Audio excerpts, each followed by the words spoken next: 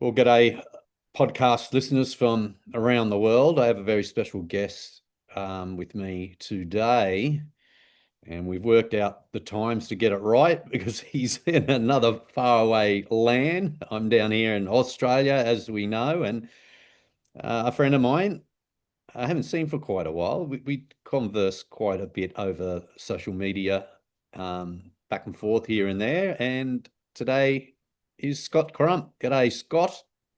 Hey, Spinksy, thanks for having me. Yeah, my pleasure, mate. Thanks for your time today. So, what's been going on in the world of crump of late? Well, I'm in Hawaii. I'm in Yep. Hawaii I've been based here for about a year and a half now, a little bit over. Hmm. And it's nice because I can go back to Oz and I can go see my mom and stuff and go to Europe from here and everything. So, and I surf a lot, so it's good. Yeah, that's great. You're originally from, is it the Carolinas in the No, States? no, Santa Cruz, And- California. Okay, so you're up from there, but you had some, didn't you live there over there on the East Coast for a while? Yeah, we're in an area near Wrightsville Beach, Wilmington, North Carolina, Right. for about 3 years. My wife and I, who's Aussie, Hmm. um, and yeah, it was good times. Made a lot of surfboards over there. Super fun place to be. Just not quite enough surf. Yeah, I'm actually Yeah, heading over there in October for to our, the Carolinas. yeah, to Kitty Yeah. Hawk out there on the Oh outer, yeah, that's Outer Banks. yeah, for There's our way more waves up there. Yeah, well, I hope so. Like, I'm not going to take a board over there because it's a bit of a struggle. I've got to go to a few other cities ahead of that. But yeah, we'll be a Kitty Hawk for our Surfline conference. So that should be some fun. I've Oh never no. ventured out that far before, so nice. Mm. Yeah, there's a lot of surf out there. I have quite a few friends out there. I'm sure I could get a board organized for you. Oh, that Um, sounds good. yeah, Yeah. they're just north of Kitty Hawk in an area called Avon, which is Okay. there's some good girls around there. All right, mate. Well, we'll definitely continue that conversation later. But again, more of you. So Right on. you actually on the tour there for a Oh while yeah, earlier on. Mm. many moons ago. Hence the gray. Yeah, I did a few years on the ASP tour, what it was then, now WSL, and then we had Joey Baran and the guys from Body Glove started a thing called the PSAA, which is essentially the Budweiser tour, Hmm. and that was pretty good for us because we had a lot of events. There was pretty decent money in them, and it was. I mean, I love traveling, but you could go to all these events in California, Florida. I think we went to Virginia, New Jersey, Puerto Rico, and we had an event in Hawaii every year. So it was Yeah. a pretty cool tour, and you didn't have to spend your life savings to go on it. It was Mm. cool.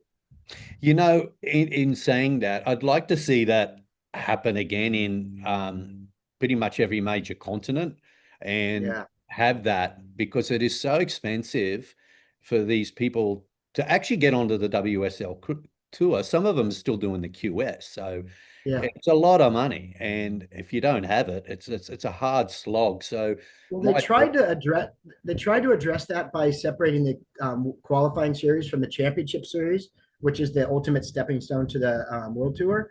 Mm, But there's guys like I was reading about God, there's a couple guys in Brazil that won their qualifying tour but couldn't afford to do the challenger to get onto the big tour because there's like I think 7 events this year, and they're in like I mean you go to Brazil, you go to Bolito, and during there you go to Pipeline at the end of the year, then which is the only real event held in Waves of Consequence, yeah. which is kind of weird, because you got all these guys qualifying. The first events that were used to be the first event was at Pipeline, and they were coming off a beach break tour.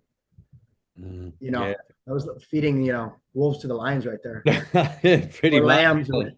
Yeah. Yeah, but now they've done some fixing up of it since they've had some administration changes at WSL, but Mm. it's still the Challenger Series, which is the step. Like I think there's 80 or 90 guys on it, and only 10 or 12 qualify. Even though it's like 7 events, it's a lot of money to travel that. Yeah, it You know, is. My so idea was having like as I said, like the continent series. So you have one in Europe.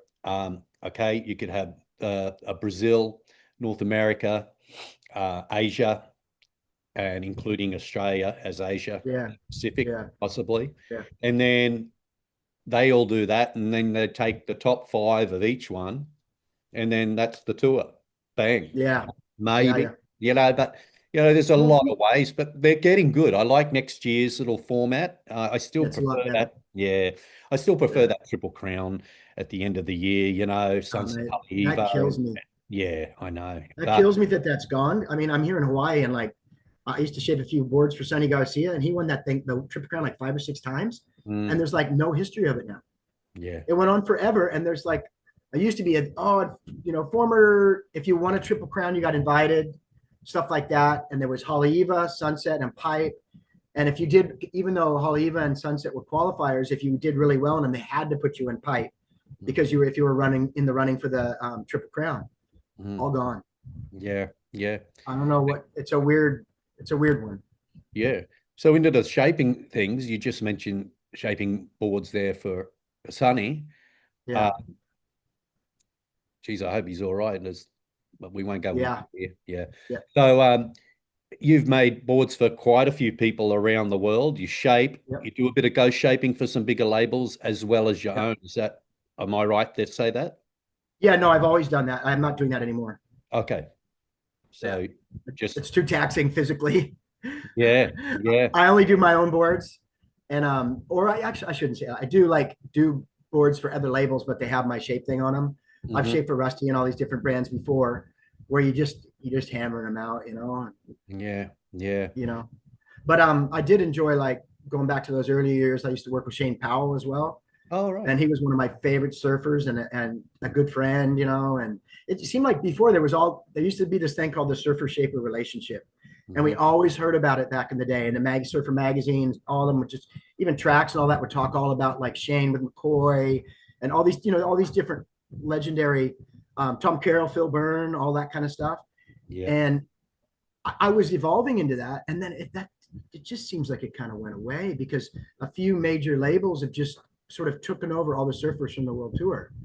They Mm, have the Shapers thing on the WSL, like the Shapers ratings. yeah. There's like 4 guys. You Yeah. have 32 guys and I think 16 women on the world tour, and there's like four. It's almost like NASCAR now. You know what I mean? There's only like Ford, I get you. Chevy. Yeah.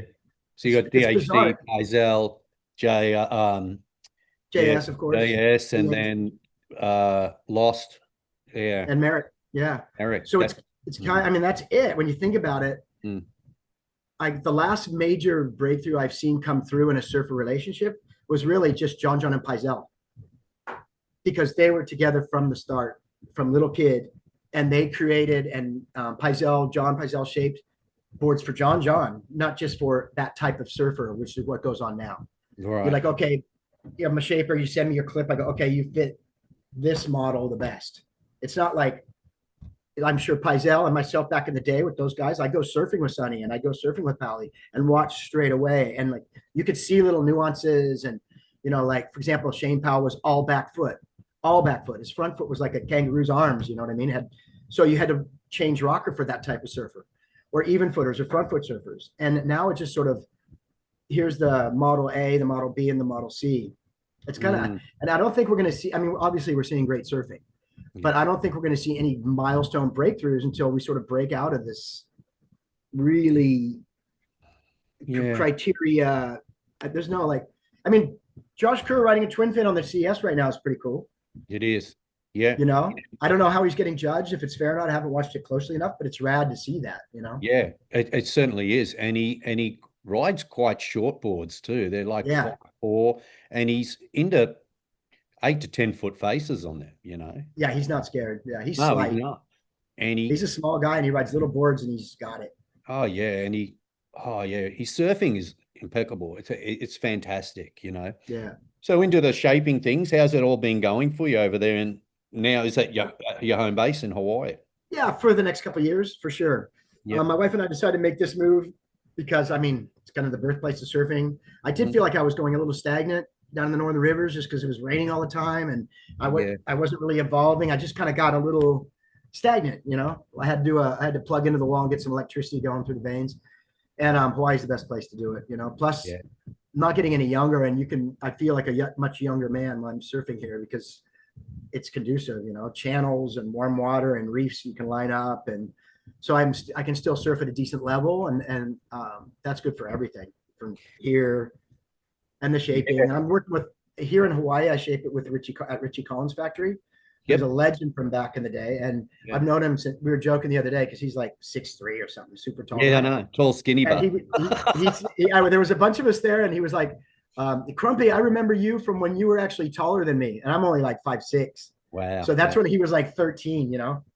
So, and he has a little like do it all factory over in over by Sugar Mill in Wailua, which is kind of North Shore. Yep. And then I've just come back from a shaping trip to England.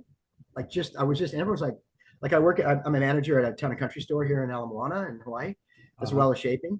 And they're like, oh, where are you going? Because I do little short shaping trips all the time. And they're all, you're going to England? I mean, they didn't even know there was waves there, you know, and there's quite an established old surfing community there. I went over there first time probably around 98 and did a bunch of boards over there for the same store. It's a surf shop called Constantine Bay Surf Shop or Surf Store. And they're still there. Des still owns it. And he had me come over and do a big batch of boards for his store. Nice. And I did some customs as well. But what was rad is I was shaping in a guy named Adrian's factory, Fluid Juice Surfboards. And it's in an old airfield that they built for World War II, like during the war. We're talking England, you know, they're close to Germany and all that. Yeah, yeah. And they built this airfield, and with all these, like, I guess they're like barracks, but they're built thick, like they were built to last. And I think the field was done for a year, and the Germans bombed the place. So they had like, I don't know, 40 or 50 of these large barracks, and 15 or 20 of them are like still in rubble. And then, but then you have a bunch that have guys that look like not so hot outside, but you come in and they've got them all fixed up like showrooms and builders. And my friends had this glass factory for 30 something years. And it's just like this moss covered, like it's way different than Hawaii. I'll tell you what. Yeah, yeah. But he does epic work, and there's like a big group of rippers there, and like it's fun. Like I'd like to go back there more often. There's plenty of waves. A good friend of mine from the UK used to be on the tour with Quicksilver, Spencer Hargraves. And, I know. Cornwall, when it's on, it lights up. There's plenty of great waves all around that part of the country. He's from Newquay, which is like the Huntington of or the Surfers Paradise of that place. And that's probably I'm only maybe 15 miles north of there. All right. Like I get my blanks, like I do all digital designs, and they go through a CNC machine, and they get cut at Nigel Simmons, who was one of like the original pro surfers from there. Right. And he's got a nice factory in Newquay. And so we go down there, make a day trip, pick up the cuts, pull into this old like war zone factory, you know, but it's cool, man. It's England, and the people are stoked. And I mean, it was summer, so I shaped mainly twin fins, like wide. I have a wave racer model, which is like a wide swallowtail twin fin. But that was super fun. And I got to stop in Dublin on the way back, which was cool. I have a nice night in Dublin, although it was kind of weird because weird for me. I flew into Dublin from Newquay because it's a better place to catch flights because it's closer to Newquay than London. And I get my roller bag. I sold my boards, all my stuff, in my board bag. All I had was a roller bag with tools and a backpack with clothes and my toothbrush and stuff. And I get off this bus. I've done Dublin many times in an area called the Temple Bar, which is like a big area of Dublin, which is kind of the party zone, but it's also, there's like old churches and all kinds of kind of semi-Gothic buildings around. And I come out and I'm like, whoa, it's really packed for a Thursday afternoon, you know, like 4:00. And with my roller, up the cobblestone. And I look around and it's Pride Day. And the entire Dublin was like, it was gay day in Dublin. I mean, I'm fine. I'm not homophobic or anything, but it was like, it was bizarre, man. It was just, Dublin was raging. And it was like, it was probably, I mean, looked like it was like 100% gay people, but it's probably like 25%. But it was just rolling. All the pubs had bands going, and it's like, whatever, you know, so it was fun. Yeah, the next morning I was on an early bus, and I went and saw a friend in Boston for a couple of days. And then I kind of round the world or Northern Hemisphered it. From that Boston, I went to Huntington, and I shaped at a place called Aloha Glassing, ironically. It's a factory that's been there for about 40 years in Westminster. And I did a big batch of customs there for a couple of days, and I flew home, and here I am. Wow, that's crazy. So that's good. So those that when I can. Are they pre-ordered customs or just for the shop stock? No. The only shop I really deal with is in Constantine Bay Surf Store. Right. Everything else I do is customs, and that's all generated through Instagram, Facebook, and I'm actually in the middle of setting up a new website right now because I had a brand Soul Life Surfboards for about 25 years. Yes. And then about 7 or 8 years ago, I just got sick of seeing the logo. 20-something years, same logo. And I got with my friend, the guy that had Santa Cruz Surf Shop, Danny and Paris Chong. Tommy Chong's son of Cheech and Chong. Oh, And right. we were brainstorming. Paris has a camp at Osu in Indonesia. And we were there. It's a nice left-hander there. And we were staying there, we were brainstorming, and he's like, let's call it Hollywood, you know? And I was like, all right. So I did Hollywood Surf Supply for 6 or 7 years, but now he's had a couple kids and everyone sort of lost interest. So I decided to bring Soul Life back. And the response has been epic. Like, and I got the logo smaller so it doesn't like trip me out so much. Yeah. You know, it used to be a big logo, 90s logo, you know? Yeah. Well, the So, Hollywood one's pretty big. I remember I grabbed that. It was your board, I think, right. from your A rack 20 down there in the Northern Rivers, that twin pin. Yeah. I Yeah. loved it. And Yeah. then, Those things are nuts. yeah, they're really good. And then I got a custom one of yours, of that Yeah. same. I still like your one, though. I don't know why. They're the It same, seems but to have, I don't know. yeah. Yeah. It tends to, yeah, I know. I don't know. Maybe I think whenever you get a Shaper's personal board, there might be a little bit extra oomph in that thing. Yeah, a You bit of know, plus, like, a you know, I pretty much make all kinds of boards for myself because, like, as you would know nowadays, it's not 510 thrusters anymore. It's like, you know, and my average customer age, I still shape a lot of Grom boards, but most everyone's like over 35. So people are appreciating performance with volume, but people don't want slugs. So you have to really dial them in, you know. Mm. And the 20s are quite lively, like that 4-channel twin pin you spoke of. There's a guy, Jimmy, that gets boards off me in Ballina, and he's quite a ripper, you know. And he ordered a couple of them, and I go, where you go? And he's like, I'm not supposed to name, but outer islands in Indonesia, like pretty heavy area, like wave wise. Okay. And he's been sending me back like 10-shot sequences of deep backside barrels and all this stuff on twin fins. Like, I never would have. I mean, I know they hold in and the design is good, but he's pushed them, and I'm like, I think he was surfing better than if I had shaped him my best thruster. Wow, that's It's crazy. just bizarre because Yeah. you think of twin fins, you think of grovel, you know. Yeah. You don't think of like barrels and like 12 o'clock verts, you know what I mean? Especially Well, back. yeah, well, there's back to again to uh we were just talking about him. Oh God, my brain's gone this morning, Scott. We were just talking about him. Too Kersey. much Sunshine Coast Yeah, no, sun. Kersey. He's taken it to the level. Oh, yeah. Yeah. Yeah, totally. You know, yeah, for sure. What But he's doing is rad. Like, I'm stoked. I mean, I think because, I mean, he's wealthy and stuff. He's not doing it for the money, so he's doing it for himself, you know. And it's interesting because the first time he went on tour, he was kind of like from Coolangatta and needed to make it, you know. And he's already made it. And he pretty much went on the tour to help his daughter, Sierra, like to daughter and dad going on tour. And he's, I'm here anyway. I'll surf events. yeah, yeah, All of a sudden, he's on the Challenger, you know. yeah. And who knows? Yeah. It could end up on the CT with a twin fin. Right. Okay. I don't know that. I mean, as from the judges, I don't know if they're ready for it. You know, they're so like, I mean, I don't know. For me, like, I love watching the surfing at the highest level. We all know the guys on tour are the best surfers or whatever. Yeah. But I also love watching Asher Pacey do crazy ass turns, big guy twin fin, small board. And I mean, there's a bunch of other surfers who I feel are equally as talented as anyone on the CT that you never really get to see. Yeah. And they'll never get there because it's a thruster tour. Right. Yeah. So we'll see, you know, maybe this will change it. It doesn't say in the rule book, but you know, you can see that guys don't take chances, you know, when they get there. Yeah. Yeah. It's strange times. Yeah. Life in Hawaii is pretty good for you, as you say, health wise and everything like that. A bunch of different styles of waves that you could dial in with your shapes of the boards too over there, I'm guessing too.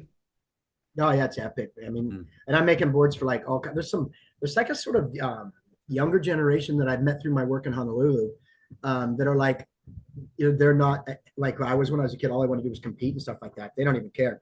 They want to ride a mid length. They want to ride a longboard. They want to ride a twin fin. And they're pushing those designs for me, which is great. You know, like it's a real creative moment for me. Like, you know, you have a shaping career of 25 years or whatever, and you have like those moments, you know, and it's like, for me, it's like those, I should say, spaces of time, gaps of time. And like right now for me, it's just epic, you know, like I know when we're done here, we're moving back to we're around where you are. That's our plan. But for me to like just go from Ballina to the sunny coast and not have this just injection of inspiration and creativity You know, especially I'm in my late 50s, you know, like I want to be fresh for the next 10 years. I don't want to just feel like I'm going through the motions, you know? And Yeah. that's kind of what it's all about, really, you know? Yeah. Have you seen a lot of evolution through your eyes with the surfboard shaping, as in, you've been doing it for quite a while. Um, there's quite a different lot of craft out there available to surf. Like you just Yeah. mentioned, lengths, there's the twins. Everyone's going into those fish styles, which, okay. I'm not, they're good, but I personally not a fan. I like a little bit of length and rail in my Yeah. boards, sort of a little hold better in my turns instead of that quick little Mhm. short little whack around things. But a lot has gone into development with materials being lighter and stronger. I've noticed with some of your boards, particularly the ones I saw in Brazil that you were shaping down there, they had Yeah. like a Yeah. carbon style or what they were something. Those were all stringerless EPS Right. with 2 pound EPS, which is EPS foam, which is different than the poly foam that all the guys are on tour. Yep. And then because the foam's so light, you could do a lot more cloth work with it and carbon work with it. And the board still comes out 5 pounds or less. I'm not sure what that is in kilos, but 5 pounds is kind of the benchmark for a truly light, sort of pro light surfboard. If it's Yeah. 5 pounds or less, you know what I mean? It's at that level. It's not for the guy that just dropped $1,000 and wants to keep it for 2 years though, Right. because they dent and everything. But the epoxy ones come in at that lightness, but they have the strength. You know, I can put a 6'4" glass on the deck, 6 on the bottom. We use a 30 millimeter unidirectional carbon tape for a stringer, essentially.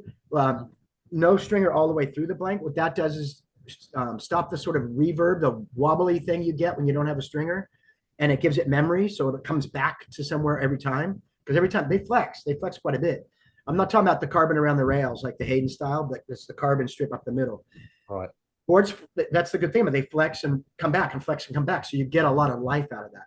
The Yeah. only drawback is, especially here in Hawaii with those materials, is the wind. Because a lot of the breaks are way out. Like I always am paddling, hundreds and hundreds of meters to get into where the breaks are. Yep. Paddling is great. Like that means you don't have wind blocks. It's not like you're tucked in behind snapper rocks or wherever, burley heads with all, so you have blustery winds. Even if it's a good wind, they definitely get lifted up. So it's harder to catch waves on when it's windy. Yeah. Yeah. But Yeah. for the wave pools, the buoyancy, the ease of paddle. I mean, the designs are different because you can't make a bulky rail on one of those because it'll be too corky.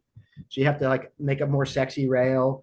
Still have the foam in the middle, but you need to get bite because they want to sit high. Right. So the designs are a little bit different in this and that. But for this whole wave pool thing that's going off, I mean, wrap carbon around nose and tail, like full sandwich all the way around, because it's all cement. The boards are banging off the side, the boards are banging off the bottom.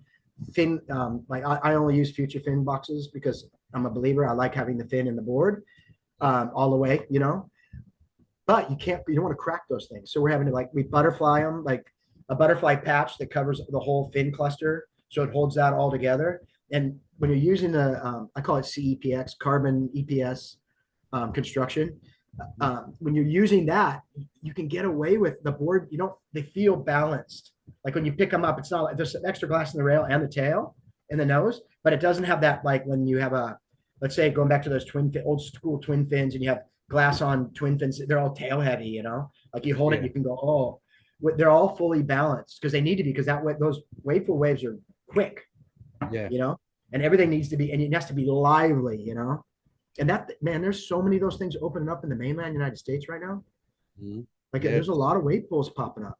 Yeah, there is.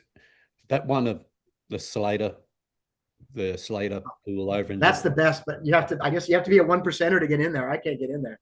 Yeah, well, you can pay, can't you? But it's quite you know what it is for a day? Yeah. You can go to a wave garden pool. Like, have you seen the one in Edinburgh and in I think it's Wales or Scotland?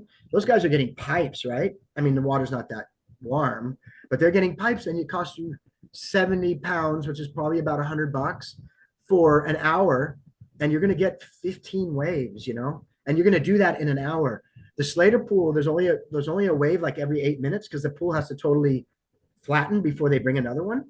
Yes, the wave looks better than, like, as good as the best waves are getting at J-Bay right now. So I would love to surf it. I'm not bagging it, but economically, It's a tough one, you know. Yeah. I think it's 55 grand US to rent the park for a day, and then you get a bunch of guys that chip on it. Yeah. That's a lot. That's US. That's like 80K, 90K Australian We'll have to for a start. day. Yeah, no, we'll have to Everyone's start. putting like, I think it's between 3,500 and 5 grand a piece. Because I have friends that do it, you know, Yeah. and I'll probably do it one day, Mm. but the opportunity hasn't aroused. Yeah, my mate Sean, they were over at the one in California out at the ranch over, Yeah, the original one. Yeah. yeah, the 4th of July. And yeah, Sean caught this really nice wave and he fully backdoored it and he doesn't surf at Slater, all. Sean Yeah, Slater. yeah, Yeah, Sean. he can surf, Doesn't, that guy. yeah, but he doesn't surf at home, you know. Yeah, I know. Then all of a sudden he's on that thing. Like He lives obviously at Cocoa nice Beach though. shaped wave, and he's just come in, backdoored it, and the chandelier right over, come out, little whack at the end. I went, fucking hell, he still surfs. Yeah, oh hell yeah. Yeah. I mean, I know a whole bunch of crew from Northern California that are like close to my age. There's this Mm. guy Kelly Sorensen and has an on the beach surf shop in Monterey, and he Right. organizes a big like, shop's old. It's been there like 25, 30 years, and he organizes all like reps and all the sales reps and like a bunch of guys I know from Santa Cruz, and they all chip in and they go down there. Like he does it like twice a year. I mean, they have a great time. I mean, and like really, you know, I've been to Jeffreys Bay. I've surfed it for a month. And if I got 2 or 3 waves in a day like that, I was like counting my lucky stars because it's hectic out there crowd wise and stuff. You know, South Africans are gnarly in the water, you know, Yeah. just the locals. And Yeah. you know you're going to get one there. You know Yeah. you're going to get probably 4 or 5. And the wave goes so far, you know, like even like some of my friends are really good surfers. And they're like, man, my legs were wobbling at the end of that thing. Like the waves, you're on the wave, I believe, for over a minute. And it's full speed the whole way, you know? Yeah, that point from outside, it just wraps all the way through. There's like 7 or 8 different Yeah, takeoff. and you don't even see Kelly, and who's obviously has the most wired of anyone. He built the bloody thing. You never really see him roundhouse. He's going full speed the whole. He does. They all do big top hacks, a little bit of fin release, but it's all driving down, continuously driving. You know, probably because the wave's so expensive, you don't want to fall off. Well, no, you know, there's a grand Jesus. Yeah, picture like if you do a turn, picture if you eat it on takeoff, you'd be so bummed, man. Yeah, Like, yeah. oh, that was like 800 right there. Mm. You know. So you're based in, it's on the South Shore there in Waikiki. Yeah. Yeah. So you get to surf the bowl a lot. Yeah, I'm right across the street is Fort Ducey Park, which is right behind the Hilton Hawaiian Village, which is home of the reef from the Kaiser Bowl to Ala Moana Bowls and all the stuff in between it. Mm. So I surf around those sections in there, and also in front of Ala Moana Mall, there's Ala Moana Beach Park, and there's a bunch of fun waves in there. That's more of like a truly local area. Like you can park for free on Sundays. It's all barbecues and you know Nice. local Hawaiian music, and I actually prefer surfing over there more. But this is so close. I run out here for earlys and lates all the time. Okay. So I surfed not the bowl, but going back towards Waikiki, there was a right-hander there. Yeah, that's probably Kaiser's. Yeah, okay. There, that was Yeah. fun. There was a few esky or bodyboarders out there, Yeah, but they rule it. a few Japanese. But you just wait and some nice, good head high overhead, and it was so fun. It was so It's a fun. bull. It's always coming back around at you. So you don't ever you feel like you're going really fast, but you're never going to outrace the wave because you'll be out the channel. So every time you get speed, you just wrap it around. It's super fun.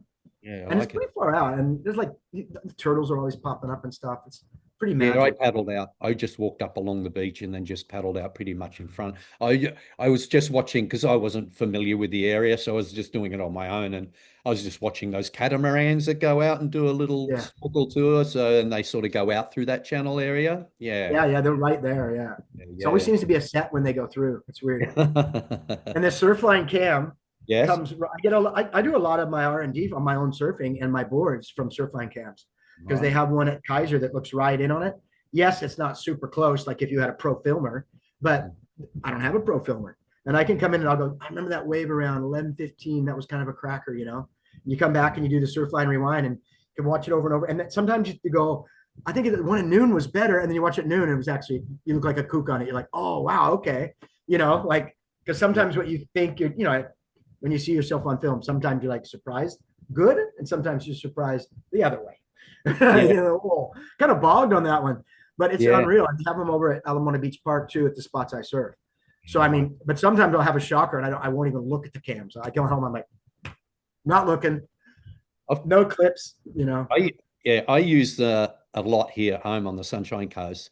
Most of them are, and pretty much along the East Coast, particularly Gold Coast or high rise and looking down. So you Yeah, do that's what we have here. you, but I use the Sessions app on my Apple Watch, and I go out Yeah. and sort of times you la la la. But I think, geez, that was a really good wave. I love that one. And when I go back to watch, I go, far out. I look like a freaking kook. Yeah, I mean that happens, and it Yeah. happens the other way too. Sometimes you go, Yeah. I had one all right snap. I'll just look at that one at 11:50, and you're like, oh, big old fan or whatever. But I don't wear watches, so I can't do that. I hardly ever know what time it is. A lot of Right. times I'll when I get a good one, if no one's looking, I'm in the channel. I'll flick a bunch of water up in the air because when I'm rewinding it at like 8 times, I'll see the water and I'll stop. Oh, that's a good point. And then I go back, put it back on one time, and oh, there it is, you know. But Mm. you don't want anyone seeing you doing that because then they know. Because I am in Hawaii, there's locals and stuff. You don't want to be, you know. I'm definitely the Howley, you know what I mean? Yeah. Which You is said fine.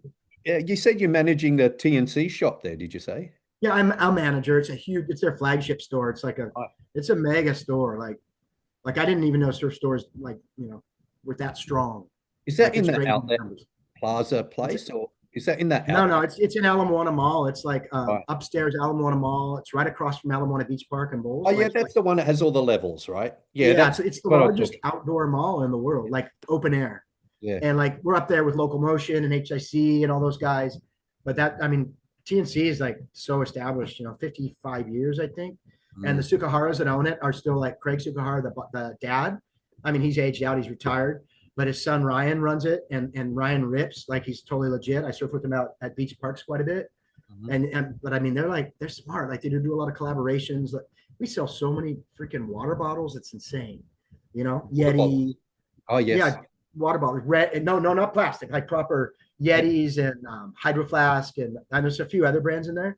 But he's smart. He works collaborations with them, and they put on all this really cool town and country art on the bottles. So it's not you're not just getting a lime green bottle or a blue bottle. They've got all like a lot of the art from our T-shirts and stuff like that, and so it's special. And we have a Mm. Yeti store 4 doors down, and people always come to ours to get Yetis because Wow. Yeti doesn't have our collab stuff. And he does the same thing. There's a thing called Aloha Collection here. It's like a big bag company that's like trending super, super hot. Like I don't really get it because it's ladies' bags. I don't, but we do a collection with them. You didn't take one to Ireland with you? I would have been popular. Oh my God. Anyway, like that stuff blows out, you know, and he's smart enough. He's always doing collabs because we have Yeah.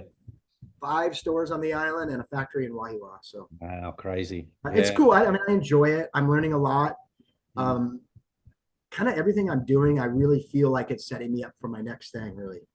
You know, I'm just getting all this background and I'm rebuilding my surfboard brand, and it's going good. And I'm establishing really good manufacturing bases Mm. around so I can still do that fly thing, you know? And yeah, it's a good time right now. I'm stoked. Yeah, true. And so you mentioned, because I remember when we were talking last, you were thinking of moving up around that Agnes area. Yeah. Yeah. I think that's a little too remote for us because my wife and I still need to do work, you know? Yeah. And so we're probably, I don't know, probably somewhere between where you're at and Noosa along that stretch, Coolamish maybe, Yeah. or maybe even lower, maybe down Moffat. I don't know. It depends because my wife's a nurse and there's a Right. lot of nursing down in the southern end of your guys' thing. Yeah, sure. Around Britannia or whatever it is, Britannia. Virginia, yeah, at the SKU, Sunshine Coast University Hospital. Yeah. And there's a public and a private there. So, you know, there's a lot of opportunity for her there. So, Oh yeah, they're screaming for staff. yeah. And we got grandkids and stuff on down in Ballina and that. But we're like, when we move back, we're going to go up there. We're not going to go back to this for now. Who knows? Yeah. But because, you know, we'll end up in Australia. And when the time's right, right now, that's where we're planning on going. Lovely. Yeah, Yeah. awesome. So Yeah, I still go back and shape on the Gold Coast and stuff.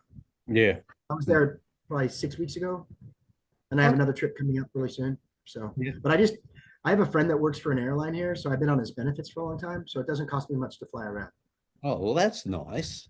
Yeah, because you don't make much making surfboards. But No. if you spend it on people, you must be making so much because I fly everywhere. But my flights are like I think Tuster it's like $130 or something, so it's not too bad. Yeah, Geez, Europe's like $5. you're lucky you got that. Yeah, Yeah, no, it's one of my best friends. And it's classic.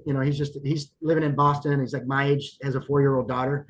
So he's got his hands full, but he was always kind of a party surf partner of mine that we surfed all over Indonesia together back in the 90s and stuff. And so it's cool, yeah, and I'm thankful for it for sure. sure. Are you shaping any of your boards for Town and Country too with their label or no? I'm not doing any stuff with them. I sell their stuff, but I'm not working in their factory or anything. I've kept it separate. I just work with Richie in that, and it just works out better. And originally I was going to be kind of managing their warehouse factory, and that was probably going to lead to that. But then it just worked out better for me to stay in the retail and stay down here. All right. And I go in the winter, I go to the North Shore twice a week, shape and surf on my days off here. And then in the summer, the surf's all right here. Yeah. Like I ride bicycles. I don't even fire the car up for weeks on end. Wow. Because I can ride to work. I ride to all these surf spots.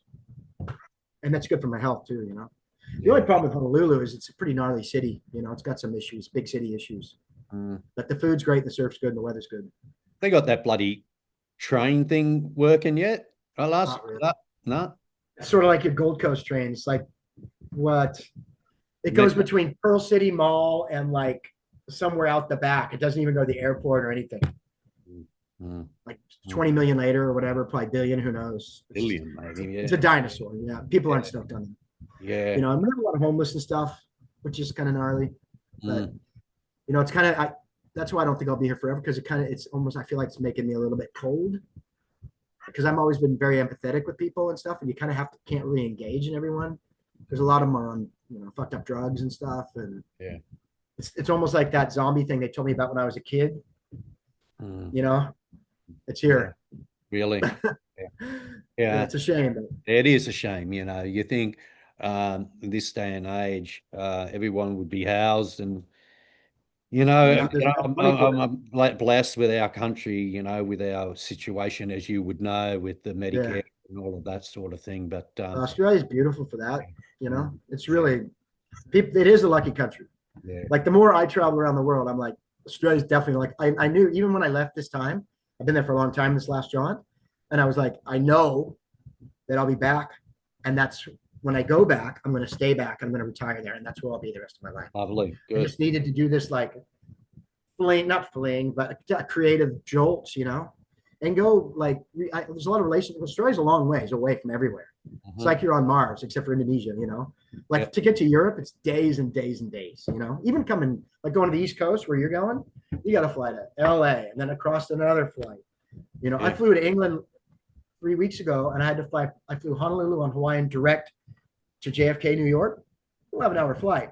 Got stuck with a 10-hour layover, to 7 hours to Dublin, 2 hours there, quick morning Guinness, and then flew up to Newquay, which is easy 2-hour flight. And then got there, and then it was, all my friends were like, "Hey, you're here." And I was like, my eyes were down like that, and I was just beat up, It's hard. And then from Australia, you can add another 12 hours on that. Yeah, that's it. I think I got a 21-hour flight with like a 3-hour layover in Dallas. Yeah, you're lucky. That's not too bad, really, to get out. And Outer Banks are way out. Is that for that trip? Yeah, I'll be in the Big Smoke in the Big Apple for a few days, catch up with some friends over there, and do that on my own, and then fly down to it is what's the airport? Raleigh? Pardon? Yep, Norfolk. Yeah. Yeah, and then Norfolk, and then down. Yeah, and then we catch a little like a 90-minute drive to Kitty Hawk. Yeah. East Coast is awesome. Way back when we're talking about at the beginning of this conversation about competing and stuff, back when I was like pro surfer guy, you were aged out at 28. There was no 54-year-old Slater or anything like that, or people in their 40s and that. Now it's kind of people, because you probably do your best surfing mid-30s, really, when you think about it, because you've mastered the scariness of ledges and all that stuff. But anyway, so I was at 28. I didn't know what I was doing, and there was this guy, a legendary WSL judge or ASB judge, Peter Dooley, who owned a surfboard company called Natural Art. I know. And they were huge on the East Coast. They sponsored Richard Cram. Shane Aran had Pro Shapes through Ricky Carroll back there. Like, they were international, but it was an East Coast company. And he wrote a very great personality, great legend guy. He would drive up the East Coast from Cocoa Beach, where their factory was, and had shops all the way out to Montauk, the top of New York, or in the middle of New York. Yeah. And he had shops all through there, right? And he was like, he was sponsoring me for boards and had little bit of sponsorship, proper sponsorship at the time. And he's like, well, why don't you come back and do my board runs, you know? And I was like, well, good way to see the East Coast. So I think I did maybe 4 or 5 of them one year. And the problem was I didn't get enough surf. So and everywhere you went, you like bought a case of beer and stuff like that. So I kind of became a beer drinker instead of a surfer. So I didn't do it. Pete knew, he goes, you should go to Hawaii for a while. That was way back. I'm like, okay, cool. But you go to all these different places and there's all these core little surf communities all the way up. Outer Banks is where you're going, Kitty Hawk. I would go to after I went to New York, sold all the boards. He loaded me up with like 70 something boards in the truck. And then sometimes I'd bring a trailer up to South Carolina with another 50. That's like over 100 boards, you know? And he had it dialed. It was before internet banking and all that. You go in, the shop would say they carry 10 boards and they've got 4 holes in the racks. You come in, I go, what do you need? And they go, oh, 510 squash tail, blah, blah, blah. You put them out, they pick their 4. And then you go, all right, I'll trade out those 2. They've been here for a couple months. So they get 2 more. Those are straight trades. They'd write me a check for the 4 or 5 that they bought. And then Pete would have me go straight to the post office. Next day, mail them, check's gone. Cost him an extra $15, but he got the money the next day. And then he was like, go out to the Outer Banks and surf for a couple of days because, you know, he's paying for gas and, you know, all your expenses. And it was so freaking fun, you know. And it's a shame that, like, that's not something that I know there's a few companies that do something similar, but it's like that was a thing, you know. And that was, and you come into all these towns, all the natural art guys are here, you know. And half the time he'd bring up 2 or 3 of his pro surfer guys in the truck. We'd throw a couple barbecues on up at New York at Hamptons in New York, and you know, all the New Jersey, huge surfing population in New Jersey, and it was, and they get cracking waves in New Jersey too. But yeah, that was just, you know, I'm stoked that I was able to experience all that because all that surf culture is still in this body, you know. Just because we're getting mass produced stuff doesn't mean it has to be that way. You know? No, yeah, it does lose the actual soul of it all in some ways. But there's a lot of core underground shapers. One friend of mine, you know, out of Island Surfboards, Mitchell Ray. Yeah, You know, he was inducted to the board builders Hall of Fame.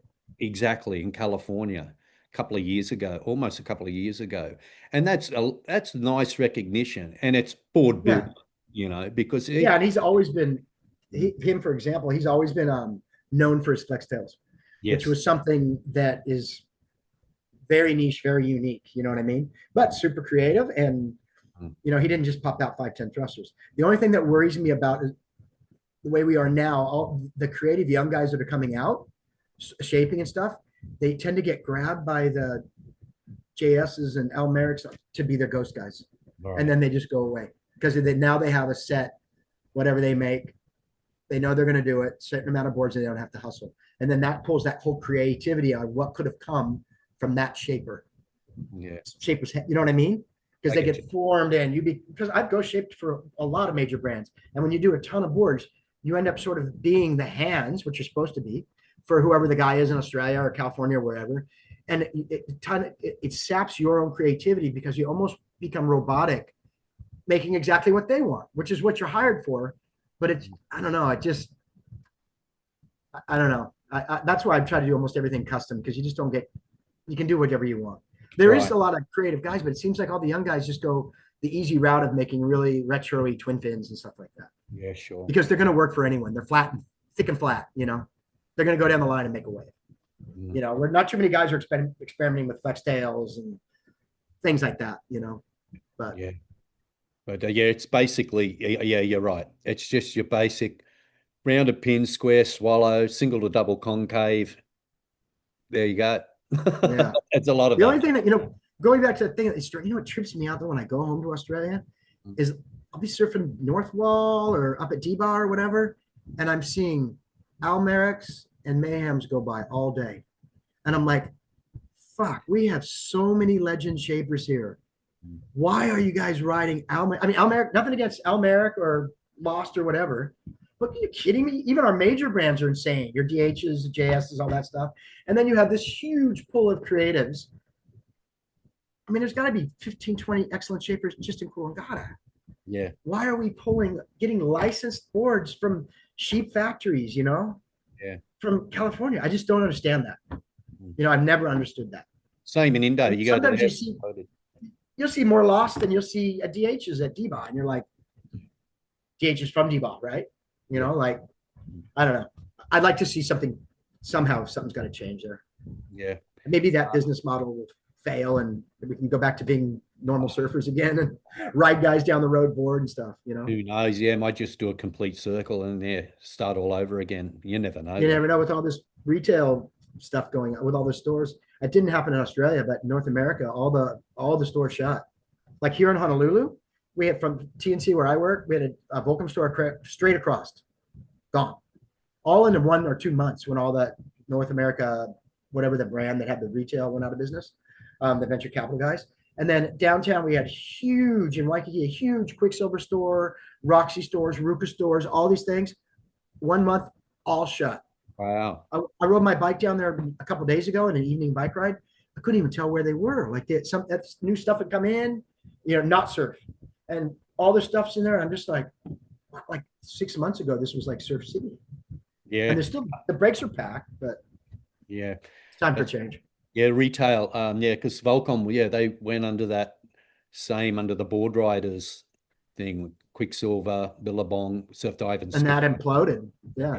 Yeah. It's I think it's a different group that's got it now in Australia. So I know they haven't closed all their stores and stuff, but whoever did it here, United States, did not do a good job. Yeah, no, the Volcom stores are still here. It's but they're under that one big company now. I was talking to one of the managers there at one of the store here at the plaza.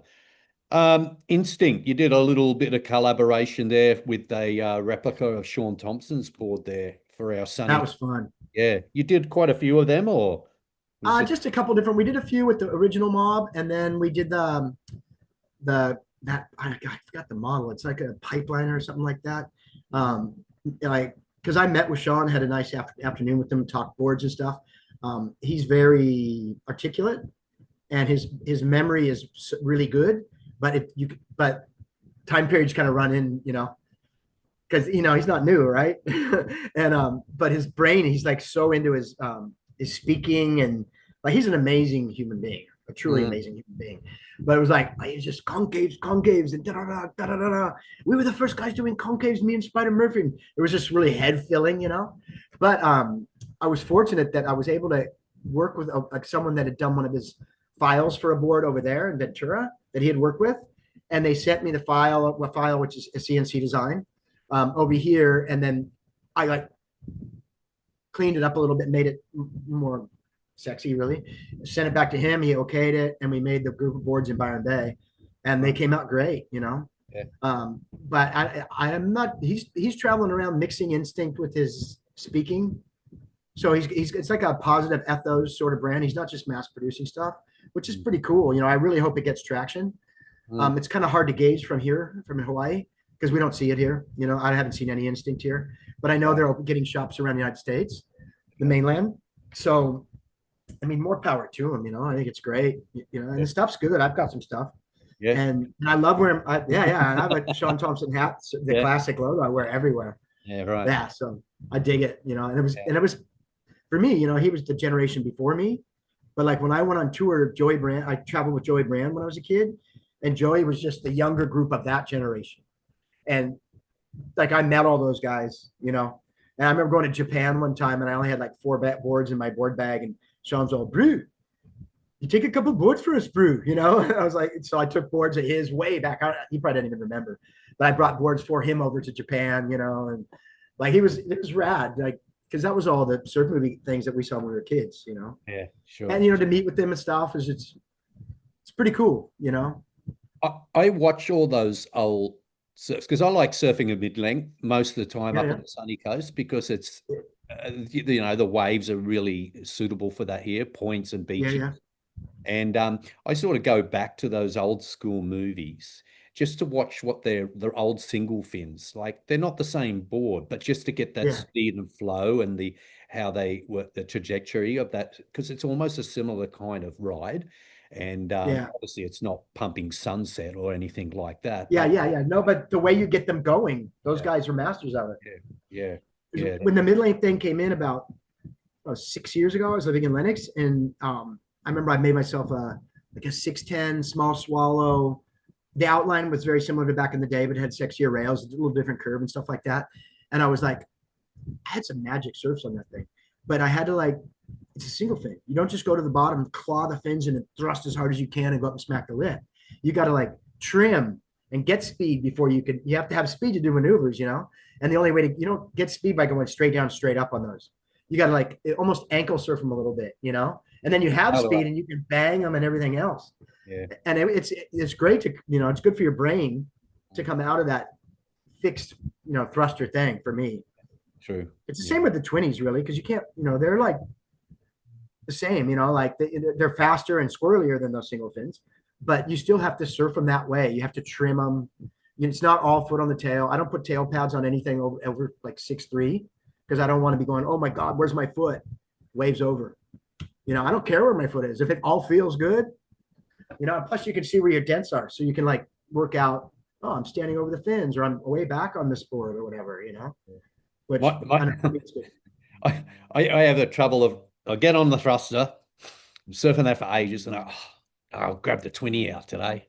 Get on the 20, first wave, failure, back foot onto the tail. I just go, damn it. Right. So used to having it at the back, obviously with the fin at the back, right? Yeah.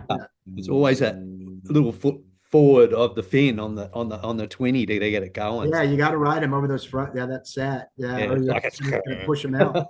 Yeah, man. Yeah, but it's fun. I love it. And I mean, those 4-channel twin pins are like a lot more versatile in wave types. The wave racer when I ride is I really ride it for waist high and smaller with no power, and I can go really fast, which makes me feel good. Like I was out of concessions about a week ago, and it was like low tide, super sketchy, like urchin stuff, and maybe waist high, really not even enough push on my thruster to even. And I went out and I got a couple, and I was going super fast, and there's a little left that comes off another spot at the end of the wave you can bang. And I was getting these waves, and also all these guys paddle out. These two dudes look at me and go, "You brought the crowd." I'm like, "What are you talking about?" He goes, "You're surfing too fucking fast." And I was like, for me, that was a compliment. I kind of sheepishly, but they were like, you know, because most people on their thrusters are struggling in those waves, you know, because you just can't, you know. And for now, like my main thruster is this one over my shoulder here. It's called a Blacks model. It's actually my motivation for that board came from John surfing Margaret River about 5 years ago when he was first riding his Ghost model board from Paizel, and he was just doing these snowboard arcs, and I went and chucked it out, and the wide point was like 1.5 inches ahead of center, all the stuff that's not normal thruster, you know. And with that 1.5 inches of center, the tail rocker started farther up at that pivot spot, so your nose is short, wider, but the nose rocker shorter. And it was really, at first I kind of struggled because I'm kind of back footish, but I got super used to it, and I started getting a lot of momentum out of it. But now I find the best attribute is like it's a thruster you can go to without too much struggle from your wider point forward twin fins and stuff like that. Right. Whereas if I go from my wave racer twin and jump on a high performance thruster with the wide point center or a little bit back, I'm like, I can't go anywhere. Whereas I jump on my Blacks and they're still, you know, they're not twitchy at all. You don't pop or anything like that. Right. So that's why I like, but my Black starts at like 6'2.5", 6'3", where my 20s, my wave racers are 5'9"-ish, and my 4-channel round pin twins are like 6'0", 6'1". So my thrusters don't even start until like chest high waves for me. Okay. I don't touch them until there's power. For those that are interested, you said you're building a new website. And then are they able to contact you ahead of that if they will? Yeah, well, it'll be built in a week. But my main thing is my Instagram, Crump Shapes. Okay. Just Crump Shapes. And then I also, I mean, I'm older and I love Facebook still. And you'd be surprised how many, like young kids are like, what's Facebook? I get a lot of orders off Facebook, you know. I have just my personal one, which is just random stuff, but I have a Crump Shapes one there too. And some stuff's more Facebookish, longer winded board descriptions, model design, stuff like that. And then Instagram's mostly stuff because it's shorter time spend. People don't spend more than 30 seconds on your thing, you know? Well, Whereas podcast. Facebook, if you're diving into Facebook, you're going to spend some time in there. Yeah. Instagram's like Yeah. scroll. Yeah. True. Yeah. Yeah. I'll Anyway, yeah. Yeah, we'll podcasters will put in the links at the end of the podcast here so you can check out Scott's shapes, and he can alert you over the social media when the website is up. Soul Life, I'm guessing. Yeah, it's gonna be Soul Life. Soul Life or Soul Life Surfboards, one or the other, depending on. I haven't like nailed that domain yet, but it's probably Soul Life Surfboards, I would think. Yeah. And then and it's gonna be just a real rootsy, authentic. I'm not coming out with a big flashy side because I'm a one-man show, really. It's my wife and I. I have like 4 different manufacturing bases: Gold Coast, England, California, and hello. Gold Coast, England, California, and here in Hawaii. Hello, with Richie. And I'm not doing much in Brazil right now, just because they've changed all their visa requirements and everything. It's all changed right now, so it's a lot harder to do. Oh, really? It's a lot harder to do business in Brazil right now than it was 2 years ago. Yeah, they've changed all that. Yeah. Like visas were free. You can do go business visas. Now you have to pay like $400, and they're good for one time, and it's still iffy if you can really do business. So that's where I'm working around, and I'm doing my TNC thing, and then you'll be seeing me in Sunny Coast here probably in about a year and a half or so. Yeah, that's great. I'll be looking forward to that. Well, yeah, I'm stoked. And I'll get a little shaping room there with a little showroom, like we spoke about back in the day and stuff. Yeah, you did. Yeah. You got me hunting around for places there for a little bit. Well, I've been looking because we weren't sure how soon we were going to move back, Right. But some things have just come together really good, like in the last week. So we're definitely here for a bit longer. That's awesome. Great to hear. Stuff I was working on, they kind of happen. You never know, I'm sure you're the same. You're working on half a dozen projects, and they're all just sort of going like this. All of a sudden one goes, and you're like, okay, I got to do that, Yeah. And that's what's happening now. Like with the Soul Life thing, I'm all into it 100%. So my brain just never stops. It's like crazy, it's a problem for me too. Yeah, I need to get the missus to whack me over the head with a hammer at night. Give you some brain damage. That's what a cold beer is for. Well, Scott, mate, look, it's been a pleasure. Again, appreciate your time on the Weekend Waves podcast. This is our Shapers series. We'll have a couple of other Shapers coming up over the next few weeks as well. And who do you got coming? I have Mitchell Ray from Out Island. Awesome. And we were just speaking to him about him. Skeletor, Richie. Yeah. Oh, is he going to be on it? Yeah. That's awesome. Most likely when he gets down to Australia, because he's making a trip down there. He's getting some orders and making a bunch of boards. I think he's going at the end of the month. Pardon? I think he's going at the end of the month. Yeah, it's shortly. 2 more weeks to get boards through, and then because he rips them out for me in a few days. Yeah. So I think it's at the end of the month. He's going to go go from Bells all the way up to you guys or something like that. Yeah, up to the Goldie. Yeah, that's his plan, I guess. I don't want to speak for him because obviously it's his thing, but he'll elaborate more. But most likely that we'll get together when he's down under. Yeah, and that's awesome. Chin wag and catch up. Won't be having a beer with him because he doesn't like one. You think I talk a lot? Wait till you get him on. When I'm shaping at his place, I'm like, I'm going to shut the door. Oh, really? Yeah, no, yeah, he's a great guy. He's awesome. Yeah, we have a long history, so yeah, it's awesome. Okay. All right, Spacey, thanks for that, Hapes. Thanks, Scott. I'll see you on my next trip. Take care of yourself. And check, yeah, I will. Podcast is at the end of the episode. Brain fog again. No worries. Send me the link. To social media links for Scott Crump, the Crump Shapes, and look forward to your website coming up very soon. And also when you get back into Oz, mate, take care, and I'll speak with you again shortly, no doubt. Looking forward to it. All right. Aloha, mate. Stay gold. Right on, brother. You too, mate. Later.